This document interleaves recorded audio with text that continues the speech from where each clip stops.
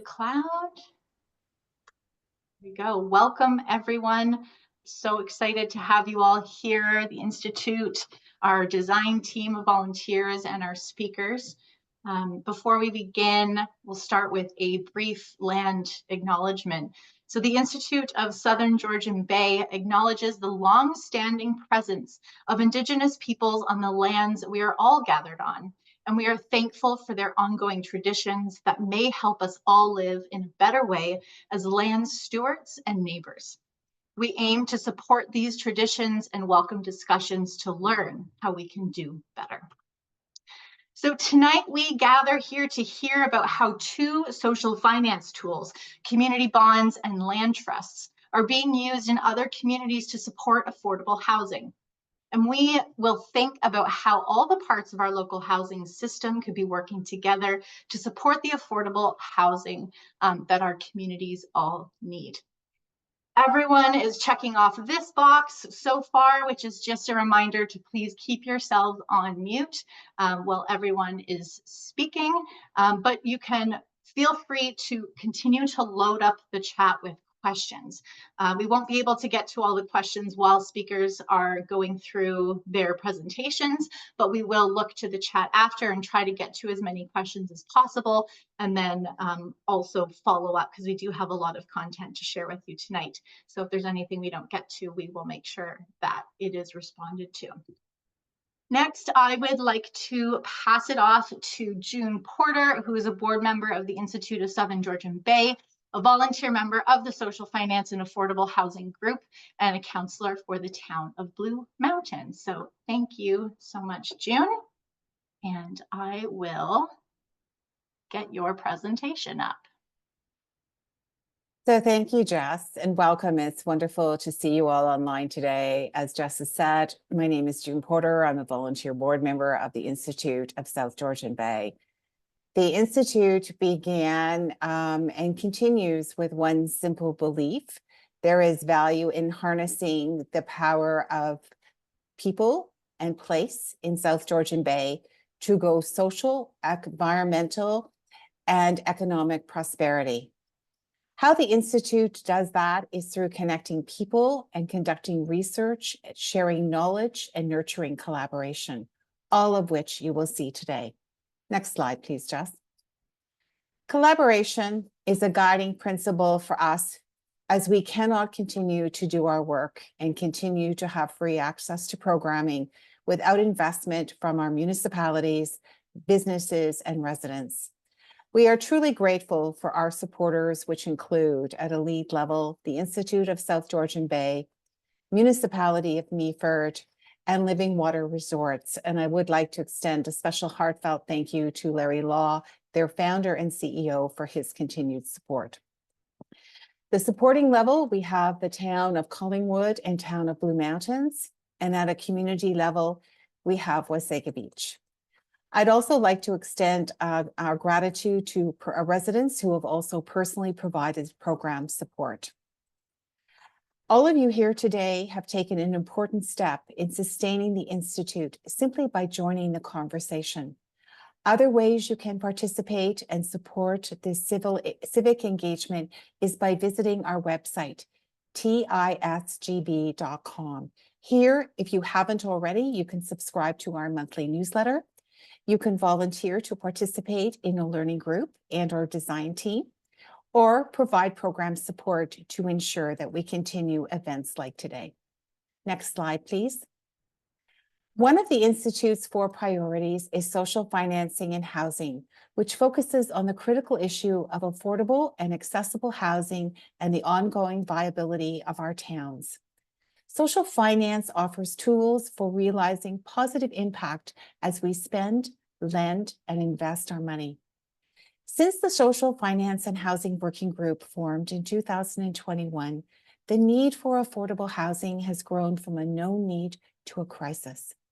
We know all roads lead to and from the need for affordable housing, and therefore it is a systems problem, and our communities need a systems solution. The current economic climate and municipal infrastructure needs have only served to add a layer of complexity and reinforce the need for all stakeholders to work in collaboration for our communities to be sustainable. Today, we will be learning more about how to achieve affordable housing in perpetuity through a collaborative regional approach, with our communities being central to the solution. At this time, it is a privilege to introduce Marilyn Struthers, co-chair of the Social Finance and Housing Working Group, who will speak to what is the problem, how we got here, and who is part of the system.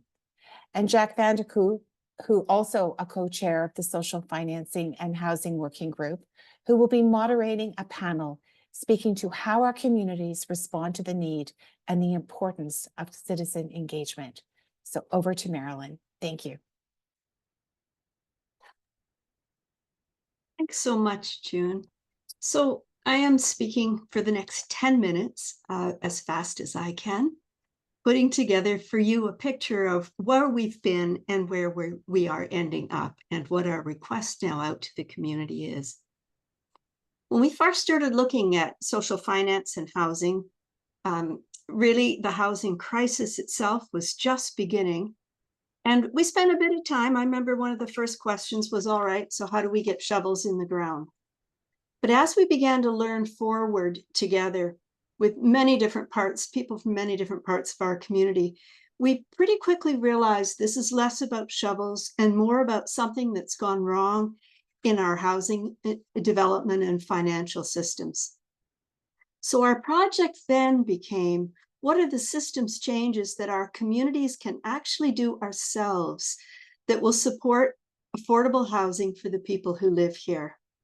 Today, we offer the components of a regional whole community collaborative strategy, calling for the smart deployment of existing local resources to increase access to affordable workforce housing. This call is distilled from many contributions here, conversations, and also the public events that we've held through the Institute, highlighting the work of other communities.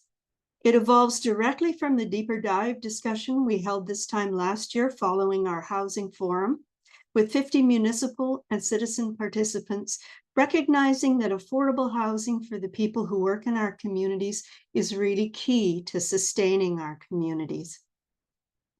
Next slide. So just a bit of national data here. I can see the slide's slightly jumbled, but I'll tell you what it says. This is what I call the how bad is it slide. You can see in those two indices, the nationally, the growing gap between wages, house prices, and the rise in rents. So it's not just here, it's all across Canada, as you probably know by now. The Bank of Canada pegs housing affordability now at the worst level since in 41 years. Next slide. So our first step was to understand affordability. This is a Canadian mortgage and housing scale of housing types.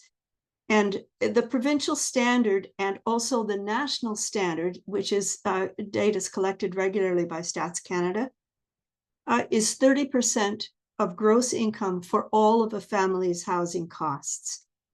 And while we often hear the term attainable housing, attainability is a fluctuating benchmark, usually pegged to local market conditions. It's a useful but difficult measure to compare and very difficult to link to people's incomes in a community. And that's why we pretty strongly advocate the use of the 30% of gross income. At the lower end of the, I'll get my lefts and rights mixed up, but at the lower end of the scale is subsidized housing, where costs are supported by tax dollars for those of very low incomes. This is what we would think of in Canada as our traditional social welfare role. At the other end is the commercial market, where numbers of communities here have seen a great deal of activity in the last couple of years. In the middle is this band of affordable rental and home ownership. And this is where the crisis is here and in much of Canada. To learn more, we focused on the affordability for 3 employment groups that we understand to be critical to our local economies. These include healthcare, senior care, PSWs, retail, people working in retail, and people working in hospitality and tourism. Many of these workers live in lower income rental, and their struggle here is a double whammy for our economies. People have less to spend on local business as they redirect to housing cost, and businesses then struggle to find employees that can afford to live where they work. Next slide. So we started working with Liz Buckton in Grey County, focusing on the link between income and housing costs. And that work has just been super instructive. This slide is from a recent presentation to a municipal council in our region. We'll just call it This Town for now. If you look closely, quickly, taking in all of those numbers, you can see the pattern where maximum affordable rent and minimum wage don't meet up, and neither does much above minimum wage. Grey County's calculated the county's affordable housing deficit, but almost 80% of those missing units are within the cost range of lower and median income households. And so as working people struggle to meet housing costs, the county wait list for subsidized housing has grown 253% between 2001 and March of this year. So you can see the cascades in our community of difficulty from this absence of that lower cost housing. Next slide. Thanks. So in a nutshell, it's taken a long time to get to this slide, but in a nutshell, here is how we would articulate the problem. The shortage of affordable housing in our communities puts our economic sustainability at risk. Market builders, we had lots of conversations with them, and there are a number of them, like Larry Law, who are working with us or advising. Market builders say they can't build to $900 to $1,200 a month threshold of affordability, and that leaves out those key sector workers, healthcare, retail, and hospitality and tourism.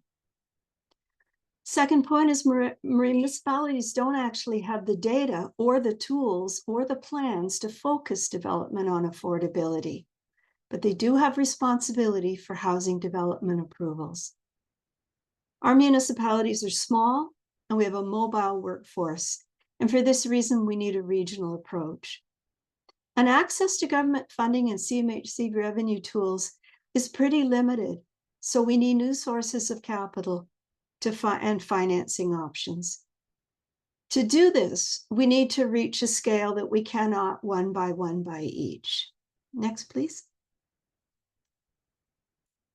So the solution, it's pretty straightforward. More affordable housing tied to the actual incomes of people who live here. But you can see that not just that small wedge of 3 sectors in workforce housing would actually benefit. It actually cuts across the scale of people who may be in need of affordable housing. So slide next, please, describes the beginning of what we call a whole community approach. As a region of small municipalities, the only thing certain is that one by each approach is going to be both less efficient for our communities and is going to cost more. Working collaboratively across sectors, we can focus our resources in the region while retaining the benefits of local decision-making, which is one of the hallmarks of the system that we work in. So we are describing 3 elements of collaborative regional strategy. The first, that we support an increased capacity in our non-market developers. The second is that we focus municipal development practices and county policy on affordable units, those that we need most. And the third is that we foster a social finance strategy regionally to inject new capital into development. And I know there will be for many unfamiliar words here, so I'm going to dive a little bit deeper. Next slide, please.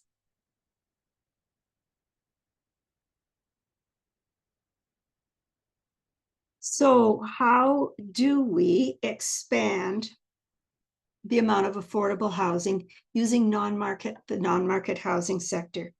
These are, for those for whom this term is unfamiliar, these are the nonprofits, the co-ops, the churches, the charities, the legions, that traditionally all over Ontario, in fact, all over Canada, have always leveraged local assets to build affordable housing. This is now changing. It is both an innovating and a growing sector. In many municipalities, we're seeing these organizations collaborate to scale the work and to build capacity to do more, using developer-like approaches to build or acquire affordable housing stock. And where here mostly we thought about building, they tell us the most efficient use of community dollars is to buy and hold existing rental stock, keeping it out of the short-term rental or condo convert market. Next slide, please. So, focus municipal development practices and county policy on affordability. We've assembled a list of the top 5 key strategies for our municipalities and counties. I cannot emphasize enough that local government must be key players for this to take shape. They set the conditions for a community to develop affordable housing, and when they work collaboratively across the region, we have a scale that we need for major impact. So much of this is happening in large cities. I can tell you great stories about Ottawa, about Guelph, about Waterloo, but it's also happening in small towns, and small towns are working collaboratively to achieve the same outcome. Next slide, please. You might want to click a couple more times. Yeah, I forgot we had, whoa, back up. There we go. So we also want to foster social finance strategy to inject new capital into affordable development. The idea of leveraging community wealth for community benefit through social finance, it isn't new in Canada. It's been around for about 20 years. It's in the US and the UK. But it's really exciting to see the financial instruments beginning to grow like topsy as non-market housing organizations use them to solve for the housing crisis. Social finance essentially looks at the hybrid space between community revenue sectors and asks, what else could be happening here? And so in our group, we started to ask, how could we learn to lend, spend, and invest to the communities we want to live in? Here's one example. I put a little at the side of the slide there, a list of some of the new financial mechanisms. Tapestry Capital is really forwarding the idea of community bonds in Canada right now, and they are scaling quickly. There are some $111 million out now in community bonds in Canada to raise investment for local affordable housing. This is a new type, one of many new financial vehicles allowing ordinary folks to invest locally in local real estate. Affordable housing organizations are learning that not only will community members buy into social purpose investment, but participation increases their sense of care and engagement in their communities. It's new, it's interesting. If it's brand new to you, please check out our social finance primer that's on our toolkit. And know that we're building out a finance circle with numbers of people from our community, the numbers, folks. So if that is of interest to you, please drop your email into the chat. Next slide. So here's the recipe, collaboration for scale. 2 parts. The community has some responsibilities here, and the county and municipalities have responsibilities as well. June mentioned a land trust organization. It's growing in other places in Canada. These are trusted partners to receive and broker donated or surplus property. A community of practice of non-market providers, housing providers and developers. How do we link them so that the knowledge is shared? Regional citizens groups in each community focused on housing. We have one in each of the communities we're currently very actively working in. It's splendid. And finally, that community regional wealth and social finance strategy. But to do this, we also need our municipalities engaged. We need some kind of regional affordable housing table so that we're in conversation across municipalities and across sector.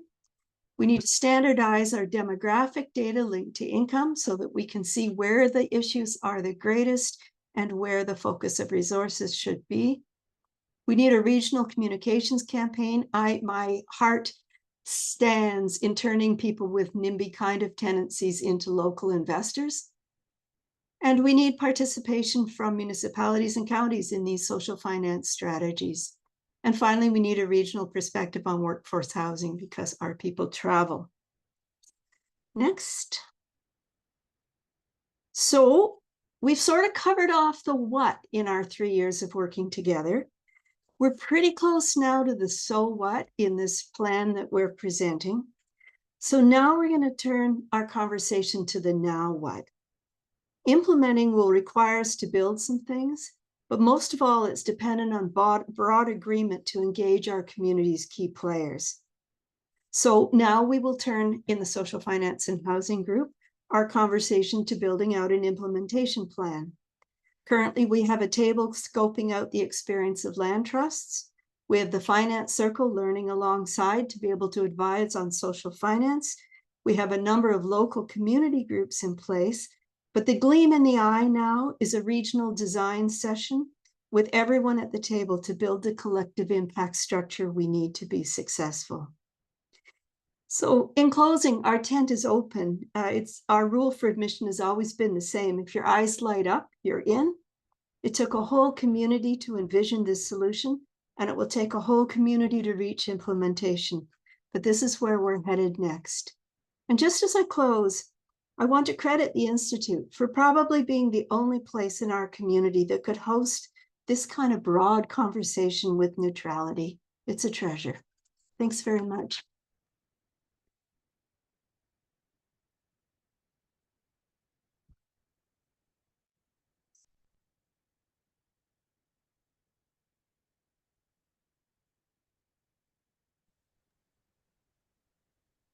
Over to Thanks, you, Marilyn. Jack. Over to you, Jack.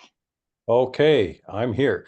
Thank you, Marilyn, for that. And again, you are such a gift to our community. So you are, and just able to articulate the issues, but then also potential solutions.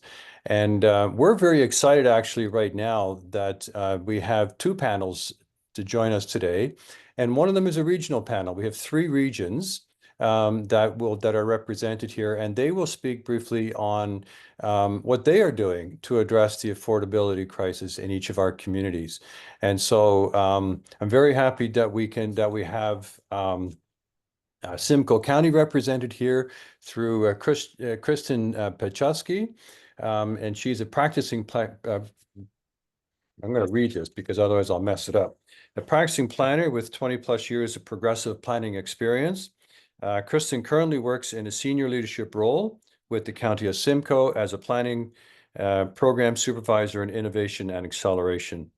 Prior to the county, Kristen worked as a school board accommodation planner.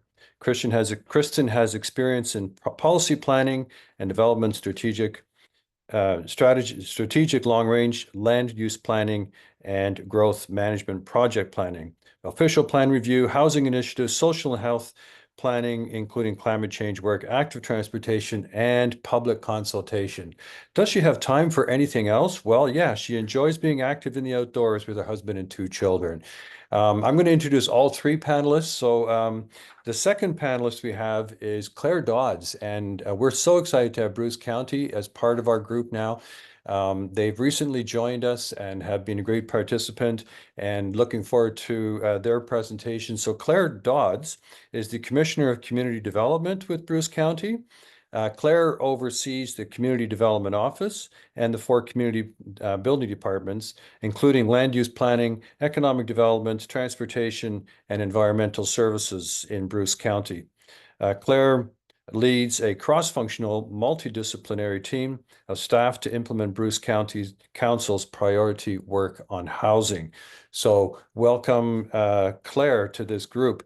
And then we have Liz Buckton from Grey County. Now, Liz has been part of our group for a while. She's our numbers person. She gives us all the data that we need, and hence you saw Marilyn's slide on the numbers that are coming out of Grey County, and they're similar in other counties. So, but again, Liz is a registered professional planner and has worked in planning and local government in the Southern Georgian Bay region for the last 18 years. Liz is Senior Policy Planner for Grey County with a project focus on affordable housing and the rollout of the County's Housing Action Plan. She has been learning alongside the Institute's Housing and Social Finance team since 2021.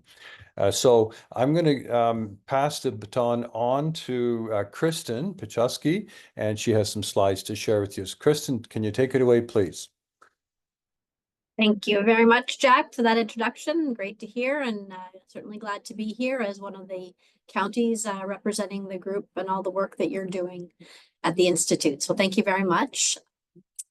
Thanks for putting up the slide deck, and I'll just move forward. I know we have not too much time, but I'll run through basically some of the items that we're working on here at the county, including the project that I've been working on, which is the Housing Attainable Supply Action Plan. So based on the slide that you see before you, I just wanted to give you just a quick heads up on some of the Simcoe County building up of our community projects related to housing. We have the homelessness system review, which has launched a 10-point homelessness prevention strategy to help the most vulnerable in our communities. We have an update coming forward soon on the community 10-year affordable housing and homelessness prevention strategy, which covers the deeply affordable social housing and attainable housing options. And we also have the Simcoe County Housing Corporation, which has just recently updated their master plan, which provides a long-term capital infrastructure plan to guide, sustain, and expand the county's affordable housing system. So these three initiatives themselves are based on deeply affordable unit creation. The fourth one, which is circled, is the Housing Attainable Supply Action Plan, which is our conversation of today, and it provides tools to increase the supply of attainable or missing middle housing, and I'll speak to that further. Next slide, please. And we'll move again to the next slide, which is the housing continuum, which you have seen before. The Housing Attainable Supply Action Plan focuses on that missing middle to right-hand side of the housing continuum, which is shown here. It focuses on the areas for affordable rental housing to market home ownership. Just wanted to let you know on that. Next slide, please.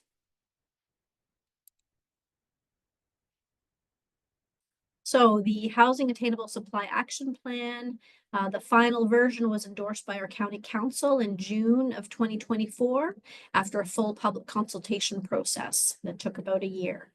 So we're very excited to get to the stage where we're at now, where we're moving on to implementation. Next slide, please. So the Housing ASAP, which we refer to, is it consists of recommended implementation tools and approaches that are most useful and relevant to Simcoe County, the city of Orillia, who partnered with us, and our municipal partners to increase the supply, diversity, and attainability of the housing options to meet the market demand for Simcoe County residents. It offers a range of strategies that prioritize attainable rental housing for moderate income households, market rate rental housing, attainable ownership housing, and workforce housing. The housing needs assessment, or a housing needs assessment, was completed for this project by subregion. The subregions are shown on the map to the right of this slide. The housing data was aggregated based on these subregions, and the intention of the housing needs assessment was to provide a foundational assessment of housing needs, gaps, and affordability thresholds to guide the Housing ASAP project. You'll note that the west subregion includes Collingwood, Wasaga Beach, and Clearview, which ultimately is important for this area that we're referring to today. For this project, the attainable housing is defined as Marilyn had talked about. Attainable can be a little bit questionable, but we have defined it as market-provided housing that is affordable for households with incomes between 80 to 100% of the county median household income. And based on that housing needs assessment, the definition generally aligns with households that can afford to purchase a home in the range of $330,000 to $450,000, or rent a home that is between $1,350 to $1,950 per month. And that's just information. So next slide, please. Based on the final housing Attainable Supply Action Plan recommendations, we have 4 initiatives that we're focusing in on.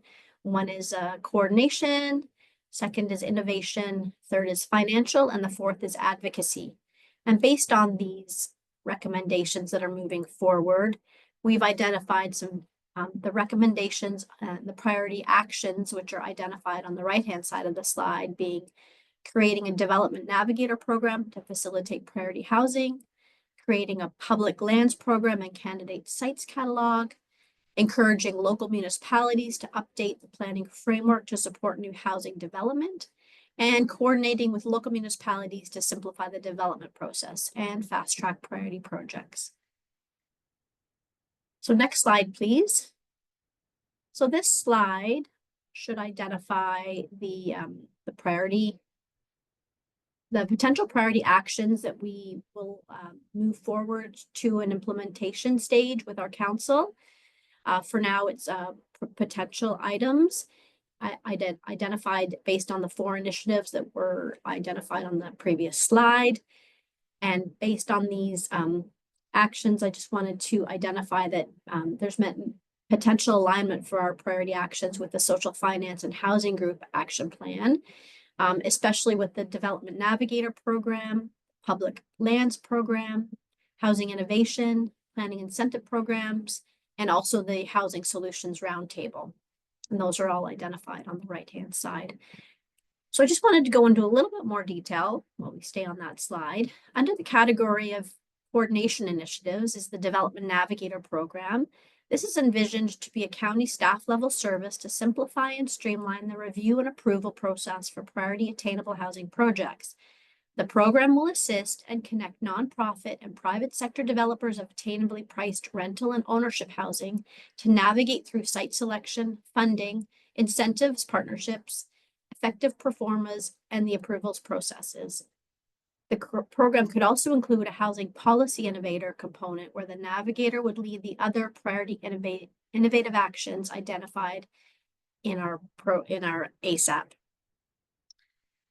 The county envisions creating a public lands program as well, and it would include a candidate sites catalog map of public lands with housing potential. This program would leverage attainable housing opportunities through maximizing existing public lands holdings. The candidate sites catalog would be based on the land holdings of various public bodies using established housing potential criteria to evaluate housing on these potential sites. Consideration will be made for the use of these lands for nonprofit groups and potentially for for-profit developers at reduced market prices to create attainable market housing on these lands. In terms of innovative initiatives, looking down at the housing innovation, we're looking at pre-approved housing designs as a possibility, knowing that the federal and provincial governments are currently working on this and potentially introducing a standardized housing design catalog. We will wait to see how it progresses, but we certainly are thinking that might be something that we can look at for perhaps a multi-story housing design. We're also looking at preparing a model community planning permit system.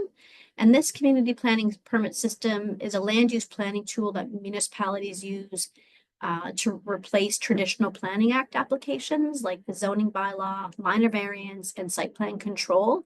It would wrap it up into one approval process.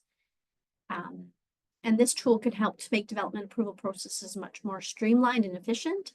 It can get housing to market quicker, support local priorities, and create certainty and transparency for the community, landowners, and developers. Through the Housing ASAP, we may choose to apply this community planning permit system to all areas of the county or to lands identified as surplus or underutilized public lands that we've identified in the candidate sites catalog.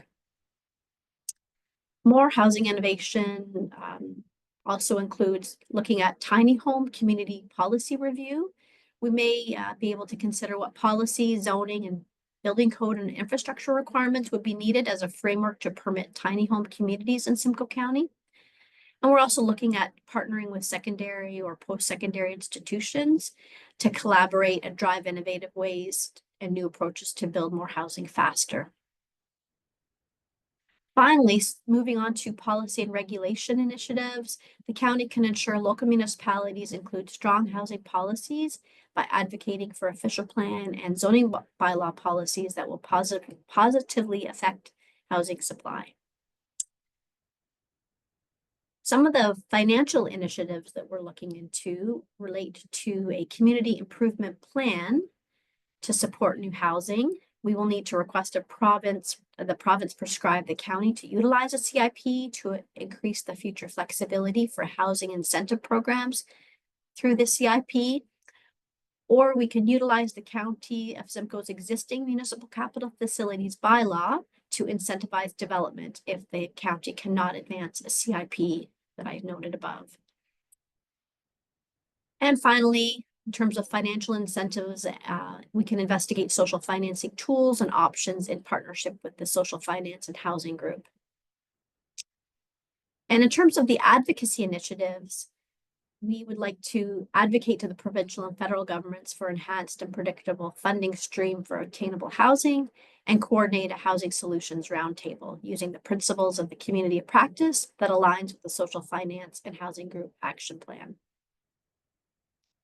So as you can see, our Housing ASAP has the potential to align and support the Institute of Southern Georgian Bay's Community Affordable Housing Action Plan through many of the potential priority actions. There's a regional collaboration, we have guidance and sharing. Actions will focus on networking with and engaging private market, nonprofit, municipal, and community partners, finding common solutions to the housing crisis. There's additional conversation will be a benefit regarding the division between community responsibilities and municipal responsibilities. We support the Institute's Social Finance and Housing Group to build capacity for innovative financing solutions and investing tools. And we support planning permissions, incentives, and innovative solutions to the housing challenge of today. Next slide, please. So thank you very much for the opportunity to share my information with you. Thank you. We very much appreciate being a part of this, the Institute's program and the social financing team. Great. Thank you, Kristen. Exciting to see how Simcoe County is making affordable housing. It seems to be making it a priority, and great work that you guys are doing. So I want to encourage you, for those in the audience, two things. Make sure you put your questions in the chat. We have about 10-15 minutes at the end. As well, just so you know, these slides and the recording will be up on the Institute website in the next couple of weeks. So in case you're making furious notes, don't worry about it. The information will be available. I'm going to hand the floor over to Claire Dodds from Bruce County. Claire? Thank you very much. Yeah, I appreciate the opportunity to be here. And I think tonight is a wonderful opportunity to really focus in on, I think what you'll hear is a bit of a common thread between Simcoe, Bruce County, and Grey County in terms of the importance of collaboration and the importance of bringing all partners to the table. So on behalf of my colleagues and our elected officials in Bruce County, it's a real pleasure to be here tonight and really to strengthen our relationship with the Institute and the many folks who are engaged around this topic. As I was mentioned at the outset, my name is Claire Dodds, and I'm the Commissioner of Community Development, and that is a role that has been very recently created in Bruce County, really with the focus in terms of bringing together resources and aligning the actions that we are undertaking in Bruce County, both at a county level and certainly engaging our municipal partners around making housing a priority. And what you see on the slide here before you is the housing action plan that we brought forward as a housing cross-functional group to our county council in early July. So we actually had similar timing to the efforts that Simcoe County was bringing forward their work. With our housing action plan, we had that endorsed by county council and really outlines kind of a key roadmap for us over the next 2 years. And we were quite intentional in terms of making it a 2-year document because we know how quickly the work is happening and transitions that are happening and advancing around housing. So we wanted to really identify some key actions.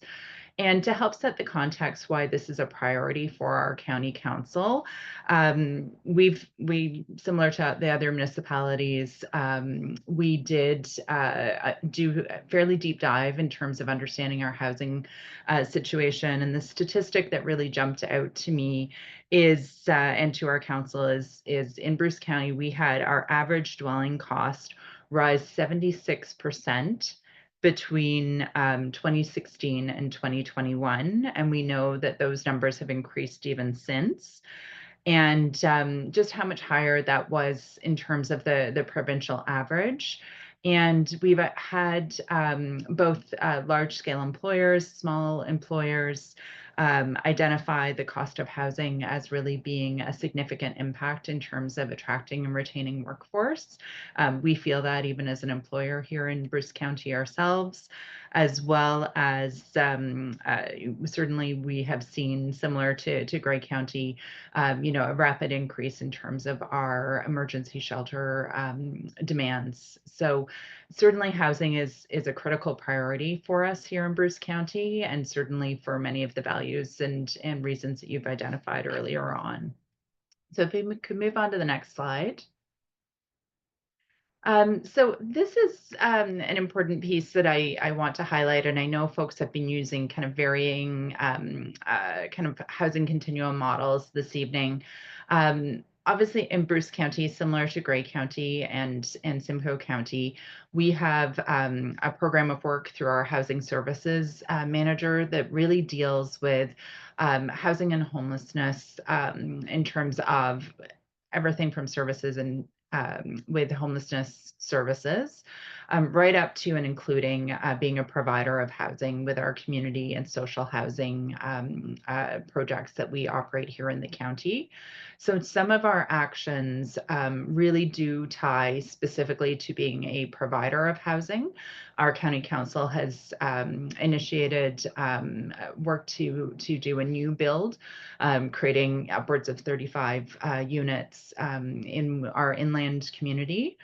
And so we are a provider of housing. And then we also have our planning and development departments, which really look at how they can work with our municipal partners and ourselves as the county approval authority in order to look at approving development such as below market rental ownership all the way up to home ownership and encouraging rentals. And the community development office really brings together staff and aligns actions that focus in on that area of the housing continuum between our community and social housing up to home ownership, and really is highly focused on actions that can impact that below market rental and ownership. And so that's really an area of focus with our housing action plan. And if we move on to the next slide, I just really want to highlight kind of the 6 different areas of practice. We've identified 25 actions that fall across these 6 different areas of practice. And for us as a housing cross-functional team, it was important to go deeper and more broad with our actions than just focusing on often what has been a priority locally over 5, 6, 7 years with our land use planning policy and regulation, but to broaden out the areas of activities to include being an authoritative source around research and monitoring. So gathering data, understanding deeply what the affordable housing issues are here in Bruce County, and being able to report back to our council and to folks who are interested in terms of understanding that those numbers more deeply.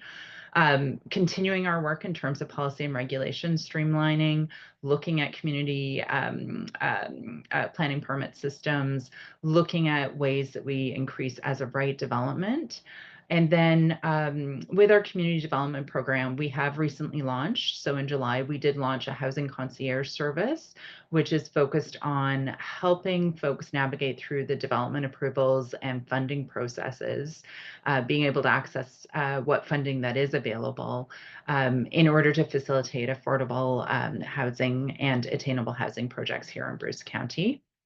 As well, that program is looking at identifying and documenting the supply of surplus lands, surplus municipal, surplus county lands that have the potential to be developed to offset affordability for housing. With our incentives to impact affordability, similar to Simcoe County, we are asking the province and have had several delegation requests filed to be able to do a county-wide affordable housing community improvement plan to help offset and impact affordability. We're also looking at other tools. So this is where we're really interested in terms of helping contribute and understand social financing to be able to connect our not-for-profit communities with potentially other sources of funding. Consultation and engagement is really important. We do have our 2 First Nations communities here within Bruce County, which we know similar and I would say in a much more acute need, have housing needs to support their communities as well as our broader community. And education, communication, and advocacy are really critical. We have we're just on the verge of launching our Build in Bruce campaign, which is largely an education campaign, and for our residents as well as our development community around the needs for affordable housing here in Bruce County. So if we move to the next slide. I've just included a slide here in terms of my contact information, our housing concierge service, and also our website, which is brucecounty.on.ca, Build in Bruce, where you can see a number of the resources, our toolkits, data resources, the affordable or the housing action plan, all of which is available for folks to review and to look through.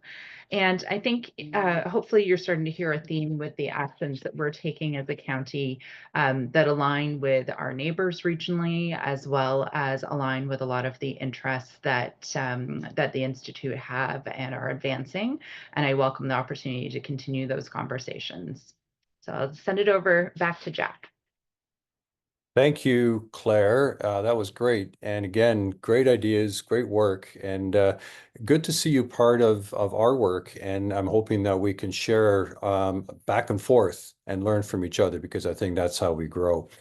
Our next panelist is Liz Buckton from Grey County. So Liz, take it away. Wonderful. Thanks so much, Jack. So again, just we'll be brief and share some information. I'll also put a link in the chat to the County of Grey's housing action plan as well. So this is me, Senior Policy Planner for Grey County, and I just want to speak a little bit about housing strategy, policy, and action. Again, you'll see some common themes as have come up with my counterparts' presentation at Simcoe and at Bruce, but I've tried not to duplicate too much. Next slide, please, Jess. Super. So, I think I wanted just to speak briefly to what we have in place, and then we'll also speak to some work that is on the horizon for us at Grey County. So as noted at the top of the slide here, we do have a number of related, whoops, I'm not sure. There we go. We're back again with the slide. So as noted there, we do have a number of related policy documents and housing related plans in place. So similar to our neighbors, we do have some division of labor internally, so between planning and development and our community services and housing manager. So on our part, on the planning side, we did put a housing action plan in place that was updated in 2023, and the housing and homelessness plan that addresses more of that kind of left end of the housing spectrum and homelessness supports. That is in the end of its 10-year cycle and just up for an update currently. We added in a municipal affordable housing community of practice at the end of 2023. under that housing action plan. And that table brings together a number of staff members at the county across different departments, together with local staff members, CAOs, senior planners, those types of folks from the member municipalities. And we get together every other month to talk all things housing and affordable housing. So recently, looking at the bottom part of the slide here, we did bring forward some staff reports to County Council that were endorsed. Those are available on the minutes and agenda page on the Grey County website on for the October 10th meeting of the Committee of the Whole. And through these reports, we did identify a need to update our growth management strategy. And that really helps us to understand the nature and amount of growth that we're anticipating in the coming years, when we think that will materialize here, and in what locations. And I think this process will include some focus around employment growth in particular, and workforce housing need that might kind of relate to that growth. And just generally, growth management informs the allocation of growth to the lower tier municipalities. It affects settlement area, land designations, as well as helps us understand our servicing needs for investment in our communities. Secondly, the reports identified that we would move forward to complete a housing need assessment, again, on a regional basis. And that would help us understand the housing piece of that planning equation. So how much housing is needed, what type, what price, and in what location, again, towards that community sustainability piece. And then thirdly, we'd be looking to pursue some additional housing strategy, again, at that regional scale. And we believe that this will inform future updates to our housing action plan, as well as staff work plans flowing from that. Next slide, please. Great. So I wanted to speak just briefly to the strategy elements, because I think in talking about kind of alignment with what the Institute has on the go, this is where we see, some real potential opportunity to continue aligning. And I think as we've been learning alongside groups like the Institute, and as we've seen the research coming out of academia, and some of the advocacy work going on across Ontario and across Canada, I think increasingly we are recognizing that there is an opportunity to layer in some additional strategic approaches to support that whole of community response to housing creation and affordable access. And so through that coming strategy work, we anticipate that we'll identify the types of communication structures or processes that might be needed to set up for us to support that greater cross-sector, as well as cross-agency coordination. And that's something that was identified through the provincial planning statement update in 2024, just into force and effect this October. Really a renewed focus on that coordination of planning effort. Secondly, we'll look to address and identify more clearly the roles that we will continue or newly occupy as local government in support of housing creation, and to detail kind of what are the steps that are required to fulfill that role. We'll look at the types of roles or functions that are needed generally in the community, and those could comprise the component of that community plan, as the Institute has noted, around that creation of housing, affordable housing, non-market housing. And again, we'll look to some of the information types that might be needed and the types of incentives that might be needed to support those other actors working on this problem together with us. We'll look at also the capacity, skills, or resources that maybe aren't here as well that we think are needed. And we assess the types of resources and relationships that we do have existing or that we might need to cultivate, again, to pull in new tools or approaches into the region. Next slide, please. Okay. And then finally, through that strategy work, we'll consider kind of more broadly that question of how do we work together. And so, I think ultimately, as local government, we're working to facilitate a fulsome range of housing types and prices in various locations, as is needed to support the sustainability of our communities and the well-being of residents. And I think as laid out in the Institute's plan, there is a realistic path forward for us to be working across the sectors in a way where each sector is playing to its strengths. And importantly, where we're coming back to communicate together around how we might align and coordinate our respective efforts so that they can have the greatest impact.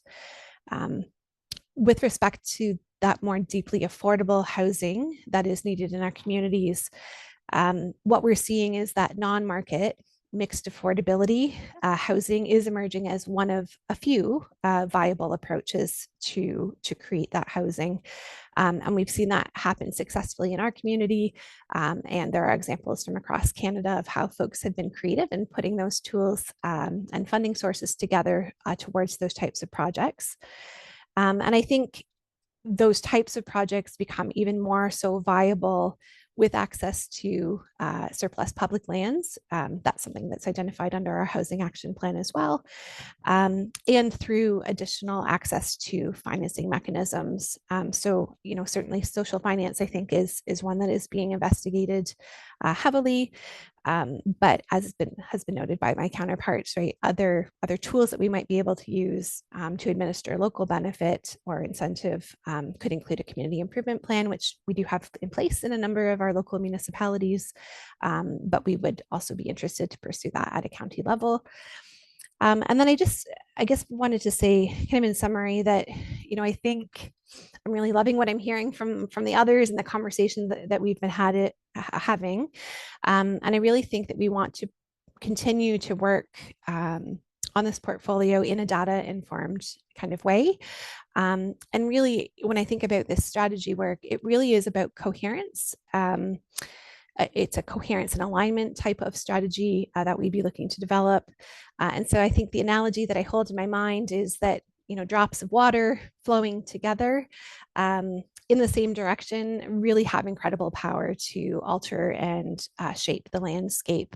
And so I think that is really kind of that principle at core of this collaborative work, as Claire noted, really trying to kind of come to that place where housing is the shared central goal. And I've tried to reflect that in the little graphic here noted on the slide, just that we've got that more traditional structured organizational type of system that local government has, that more networked community type of system. We're bringing those together and organizing ourselves in a way that housing becomes the goal at the center. And we are all having opportunity to take into that goal and bring our strengths to bear and to bring that housing into fruition. So thank you very much. I really appreciate the opportunity to present. And I think, Jack, I'll just pass that back to you. Great, thanks, Liz. Thank you. Like usual, lots of information. For those of you who are online, you can follow the chat box because a lot of resources and links to resources are put in the chat box. So thank you for those who are putting them in. And again, a lot of information. So again, music to my ears when Liz says, we want each sector to play to their strengths because that's how we're going to make progress. And then secondly, the big question is, how do we monitor progress? And that's something we all need to think about. How do we know when we've made a difference? And so that may be something that we can bring up in the question period at the end of this session. Now we hear from some community leaders. And so you've heard from the counties, and now we've got three people that are part of the Institute Social Finance and Housing Group and have also contributed greatly to our discussions. And so the first person that will be speaking will be Sylvia Statham, who's the Executive Director of Lutheran Social Services and has been an employee of theirs for 35 years. And she operates out of Owen Sound. And the question there is, being a non-market developer with the ups and downs and the importance of community, how do you make a difference? And so that'll be Sylvia Statham. Then the second person is Carol Merton, and Carol Merton is in her second term as an Owen Sound City Councillor and a member of the Institute for Southern Georgian Bay as well. And she's been a great contributor to our discussions and bringing the issues right to the table for us, which was very valuable.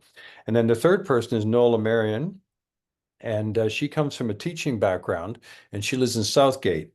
And so she's a a citizen member of the Community First Housing Group, Southgate, and then also our Social Finance and Housing Group. And so we've got 3 people who are passionate about this topic, and they will talk about what they have learned and what they would like to contribute to this. So I'm going to pass this over to Sylvia to take it away. Thank you, Sylvia. Thank you, Jack. So I've just got some slides on the projects that we have done over the years. We started in the affordable housing business back in the 80s when government funding was plentiful. Next slide, please. And the next one. I'll go through these quite quickly. The next one, please. So we built St. Francis Place back in 1988. And yeah, total funds from the province and the federal governments. And even though we're called non-market, we've always had a mixture of market rents and RGI. RGI is 70% and market is 30%. And right now our 2-bedroom market is $1,700 and our 1-bedroom is $1,450. And of course, the RGI is 30% of income. And Grey County always asks us to compile data. And at the end of 2023, our average household income for the RGI people was $23,000. And at St. Francis Place, we do aging in place. I'm very fortunate to have supportive housing as seniors age. VON provides personal support for those that need it. Next slide, please. So after government funds dried up and the province got out of affordable housing in the mid-90s, we looked around at what other municipalities were doing. We heard of the life lease idea. So 10 years ago, we built Corbett Place, and it totally self-funded. No government funding took place there, except that the city was very helpful in providing a tax rebate because we were building on vacant land. Next slide, please. So we have been working at this project called St. Clair Place for many years now. We looked at the properties that we have around St. Francis Place and knew we had space to do a building of this size. It's 40 units. And so when Grey County announced that they would commit $3 million back in 2021, we worked hard on getting the project to hopefully happen soon, where it's been very challenging, but I think we're getting there. Hopefully shovels in the ground next year. And again, the mix will be a little different. It'll be 50-50. 50 will be affordable and 50% will be market. Next slide, please. Next slide. So over the years, we've been able to purchase properties around St. Francis Place as they became available. So this has been kind of our most exciting project. We bought this house in 1989 and we made it into 2 apartments for 2 families. And then over the years, CMHA had some clients. So it came to having only 2 tenants in the building, 2 singles. And so we were very grateful to the county during COVID. The province had funds for social services relief funding, and we were offered $355,000 to do something to help out. And so we made this house into 4 units. And so we house tenants from the by names list, and we have a 5-year agreement. And so it's people are on Ontario Works or ODSP, and then the county subsidizes those rents up to around $800. And just quickly, the other houses that we own and provide affordable housing. Next slide is the house next door there. So that has 2 units in it. Next slide. This house, our building has 1 residential unit. This building will come down when we start St. Clair Place, or after St. Clair Place is completed. And then the next slide.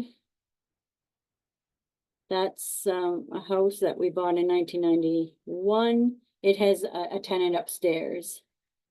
And then the last slide is, this is our office on the bottom floor, and then there are 4 affordable units upstairs. And really enjoy providing affordable housing, but it's getting more difficult to find people that want to help out. Our boards have to be made up of members from our church, and as members age, they don't want to volunteer to do this work anymore. So just reaching out to the community to help us out. Anybody that's interested in helping us create more. It's a lot of fun. Thank you, Sylvia. And here's your request, right? If you want to get involved, she's the one to talk to. And I think, Sylvia, you've shown us this is a long play, right? I mean, you've been involved with this for what, 35 years.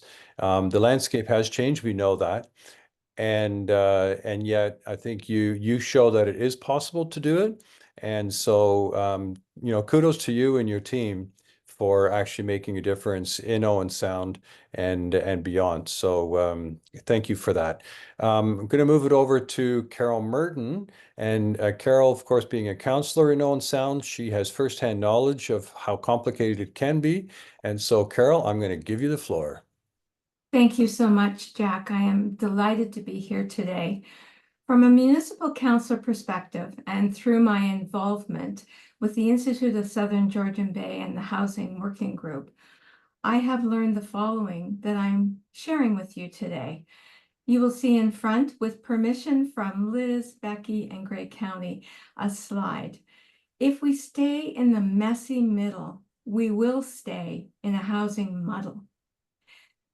So we can remove that slide down now, Jess, if you don't mind, and I'll just speak for a bit, and we'll bring that slide up at the very, very end. So if we want to just hold that slide, and I will continue to speak.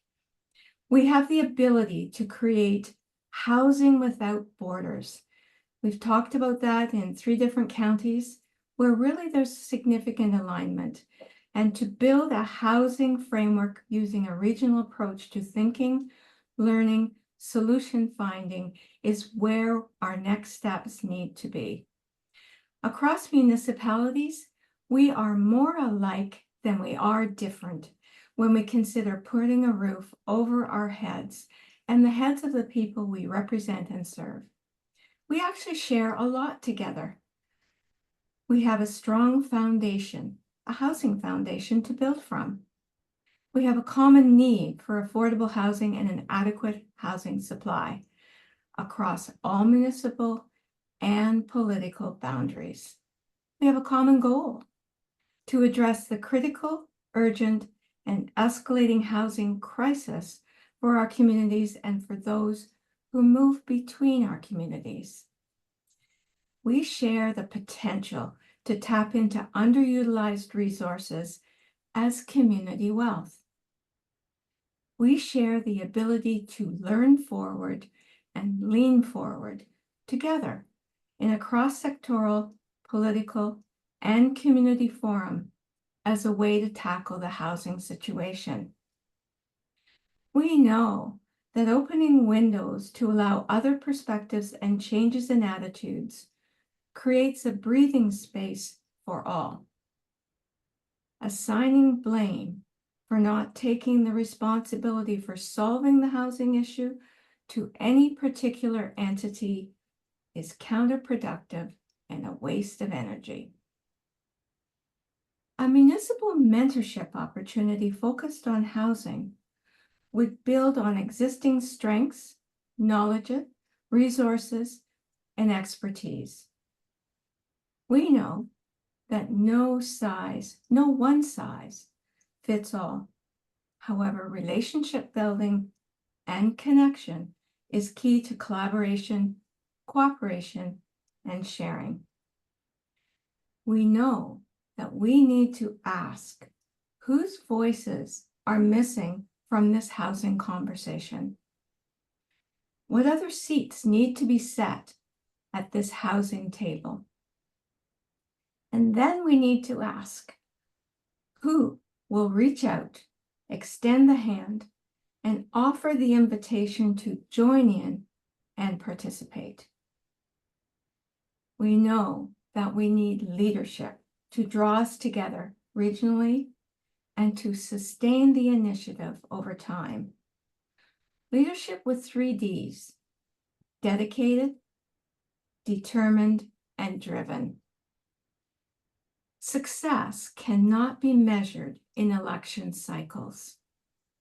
This situation has taken time to develop and will take time, energy, stamina, and ongoing support between many sectors.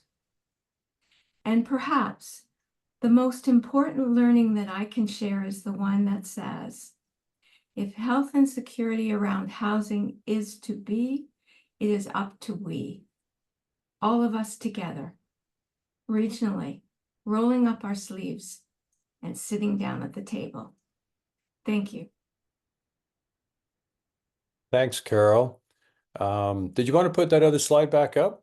That's what you had asked for, but we're going to move on because we're kind of running low on time, and I want to make sure we have a few minutes at the end for some questions. There's been a few in the chat already. Again, reminder, if you have questions, please put them in the chat. If we can't get them to them during this meeting, we will certainly be able to get back to you.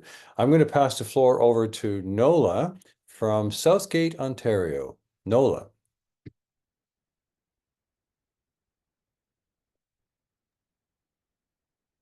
Good evening, everybody. Could you please put the slide up there, Jess? We'll just leave it there while I talk.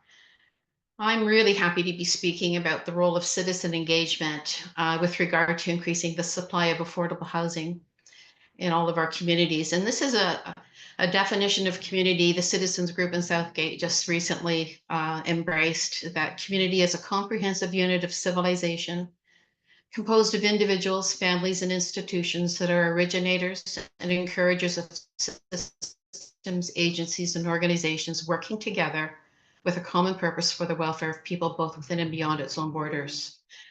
So citizen advocacy groups have formed across several municipalities, and they have been collaborating with the Institute's Social Finance and Housing Group for the past 2 years. And this has led to understanding on the root causes and issues around affordable housing, the obstacles to non-market housing development, and the potential solutions. We've come to appreciate that the fix for increasing this type of housing supply will work best by adopting a whole community approach, which you've heard a lot about today, because this will encourage citizen engagement and cross-sectoral collaboration within and across municipalities. This is a scaled-up approach that has the potential to maximize our collective access to the massive resources that will be needed. We fundamentally believe that housing for everyone is vital to rural economies and communities, and that the workers in all sectors of our local economies should be able to afford to live and raise families where they work. The current data now shows that across our regions, and you saw this, that a staggering 38.5% of working residents live in unaffordable housing. I almost feel like I have to repeat that because it is stunning. And we saw that there is a median income of $63,000 a year across our regions, let's just say.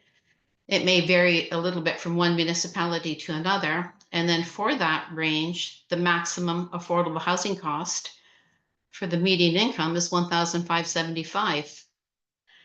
Whereas the average cost of rental for rent is $1,866. So the numbers simply don't work.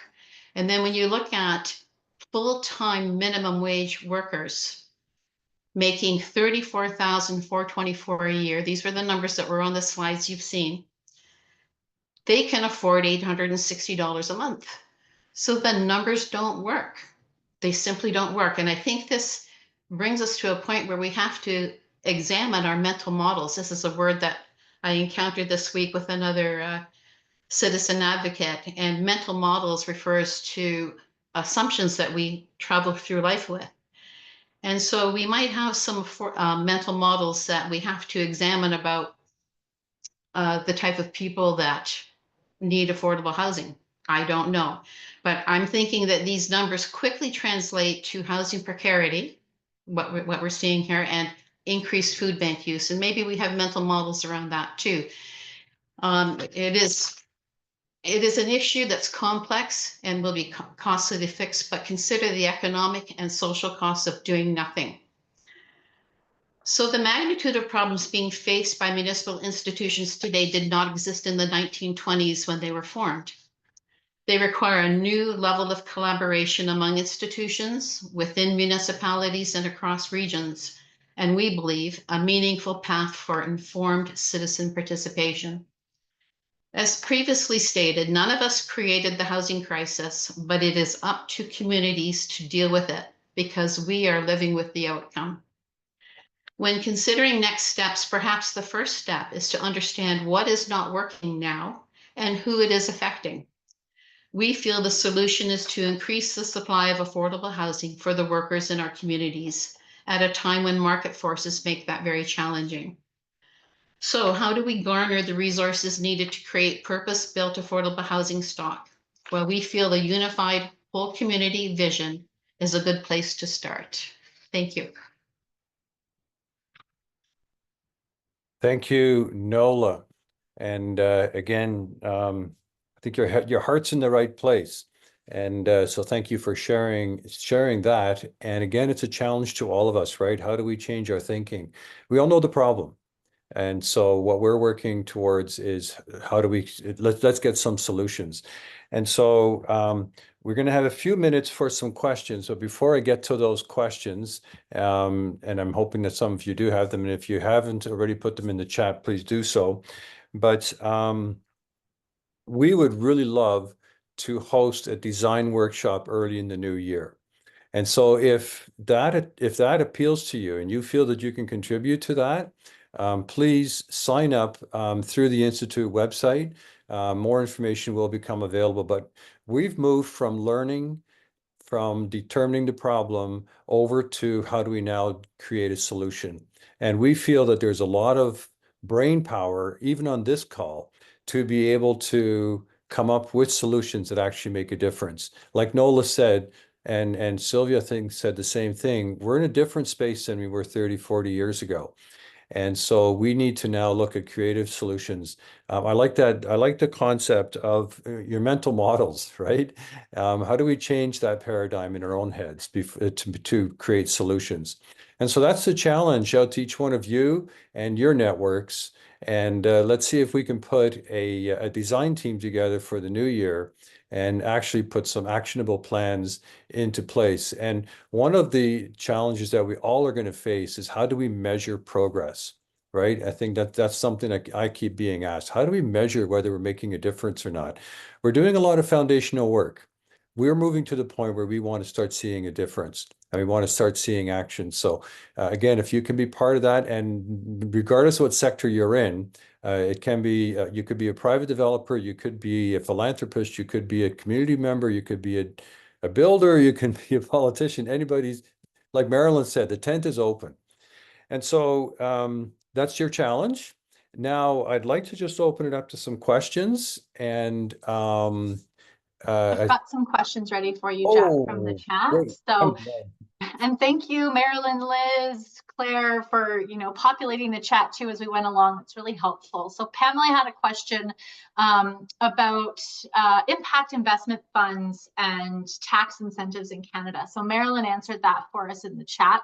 At this point, donations, of course, have provision for tax deductions, but so far instruments like community bonds, for example, do not. And we've raised this issue as a lobby point with AMO. So thank you, Marilyn and Pamela, for that. Candace had a question. Is it important to build new? It is important to build new housing supply, but also just important to preserve existing affordable housing and prevent displacement. Does the region or county, and I know we heard from Sylvia on what's going on with Lutheran Social Services, but Candace's question, does the region, county have any plans or strategies to preserve existing affordable housing? For example, any programs similar to the Toronto MURA program, which is the multi-unit residential acquisition program? So that's a great question. And I know that several municipalities are looking at doing a rental replacement program. Maybe I'm wondering if either or all of Liz, Claire, and Kristen could maybe comment on what understand the county might be doing in that front. I'm not sure who wants to start, but I'll maybe jump in and pass things over to Liz and Kristen.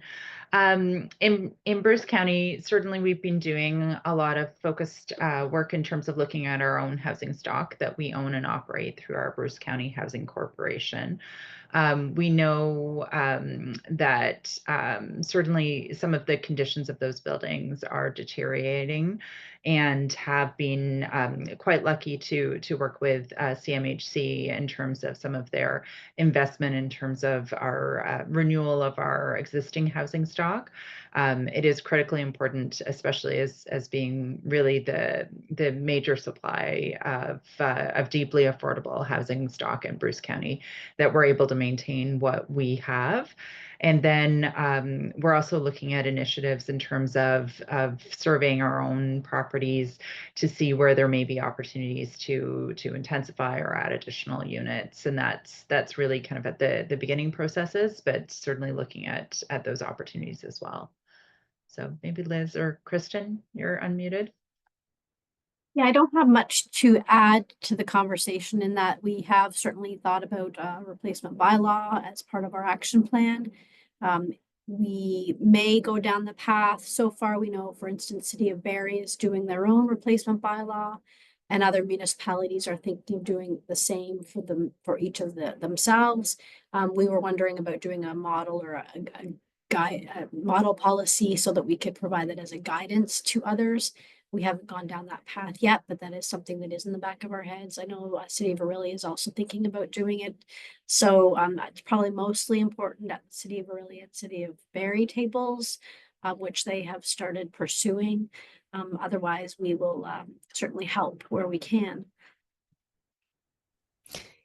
Great. I'll just again, I don't have a huge amount to add, but thanks to whomever put the link in the chat there. That I just was checking out the real quick look there on the other screen at that multi-unit residential acquisition program. I think that's really interesting, and I know there have been a number of buildings that have come up recently where there has been discussion, right? Like, how do we as a community move towards capturing that stock while we have that opportunity? I don't know that we've got the tools in place yet, but I have been doing a bit of reading about it, and I just will mention, so the Housing Assessment Resource Tool, HART, H-A-R-T, out of University of British Columbia, one of the tools that they have developed through their program, and that's available on their website, is an acquisitions example tool. And so they've pulled together examples of different acquisition programs and success stories and the financial models that went with those. And they've compiled them all into a gigantic Excel table of examples. So I think that is on my list to kind of take a look at as we're working through that additional strategy work. And if others wanted to unpack some of those examples and find some that resonate as well, I think that'd be great. And for that strategy session or the workshop session, Jack, that you were mentioning, that could be a really interesting case study to work through. right? If a building comes available, how do we mobilize? What are the tools that need to be in place to make that happen? So just put that out there. Thanks so much. Yeah, you're speaking right into my wheelhouse there, Liz. But yeah, how do you actually make it work, right? Because I mean, finances is fine. Dollars are dollars, and we've been told over and over it doesn't work. We need to be creative and come up with solutions that do work, and look at other communities that have made it work, because we can learn from each other. Any other questions? We've got room We've for. got, yeah, about, so two are the same, David, and then echoed by Laurel. So how are the municipalities reaching out to the provincial and federal governments to help solve this crisis? Okay, who would like to tackle that one? I'm going to make that open. I'm wondering if Marilyn has something to say about that. You know, what I'd add into that is that we have been working off and on with AMO, the Ontario Association, or Association of Ontario Municipalities. And AMO sees itself primarily as a lobby organization. It lobbies the provincial government. And so we've definitely raised this with them. That is the kind of work, I think, that if anyone out there is really keen, a really decent brief that we could have a look at and take forward with some good examples and put it to AMO. I rather suspect they would welcome our input. It's a slow move strategy, particularly with the provincial government right now, who have quite a different view, perhaps I can say as a non-political person, a different view of what good housing looks like. But I think the more non-market housing providers get involved in these sort of strategies, the more we need to look at some of the incentives that are similar to what we do with donations now. Thank you. Anybody else want to weigh in on that? If not, I'm going to move on, because I know that there is advocacy work going on, both from the region and from each town. And because us smaller rural communities have to kind of speak up, right? Because often we get overlooked. Anybody want to add anything to that? I'll just maybe add, Jack, certainly as Bruce County, we do advocacy through events such as the Rural Ontario Municipal Association Conference. I know Gray and Simcoe would be in that forum as well. We have provided, we've had briefings with different ministers in terms of asking for tools that are not currently accessible to our counties, such as doing a community-wide affordable housing CIP.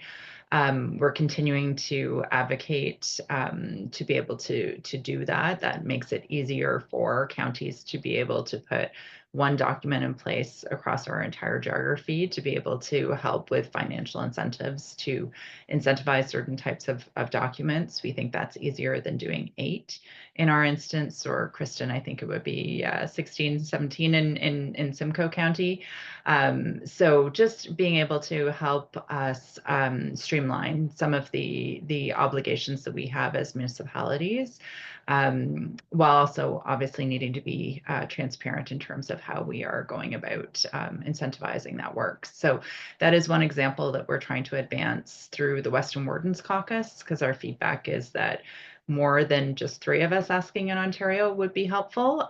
So we have a few different forums. I know I participate on the housing group in the planning group with AMO, for example. So through our collective network, we're certainly having conversations in as many spaces provincially, federally as we can advance. Great. Thanks very much for that, Claire, and also Liz. We are running towards the end, towards 6 o'clock, and we're very cognizant of your commitments. So first of all, big thank yous to each one of you for being on this call and for being part of this learning circle and being interested in not only housing, but the welfare of our communities, because that's really what it all boils down to. So Jess, thank you for managing the technical side of things. You're a magician on that, so thank you. Thank you to all the speakers, to June, to Marilyn, to Kristen, to Claire, to Liz. to Sylvia, to Carol, and to Nola. You know, it takes a whole team to get something like this going. And I just want to give a big shout out to our past chair of our board, Roz Morrison. Roz has been the chair of the Institute for Southern Georgian Bay. And you got to understand, these are all volunteer positions. And Roz has been the inspiration and holding our feet to the fire on so many different fronts. So thank you, Roz, from all of us for keeping us focused on the issues at hand. And so we're eternally grateful for you for what you do. And I know you're not going to just roll over. You're going to keep pushing our agendas, and certainly appreciate that. So thank you all. Don't forget, get on the website in a couple of weeks. We'll have all the slide decks. We'll maybe even have a copy of the chat. I'm not sure, but I know there's a lot of links in there. There's a ton of information. So, you know, get on there and avail yourself of it. It's all free of charge. And if you do want to support the Institute financially, they're always welcome to receive financial contributions, because we do put on events, and the people aren't giving us space for free. Fortunately, on virtual events, it works fairly well. Anyways, thank you all for participating. Good night, and be well.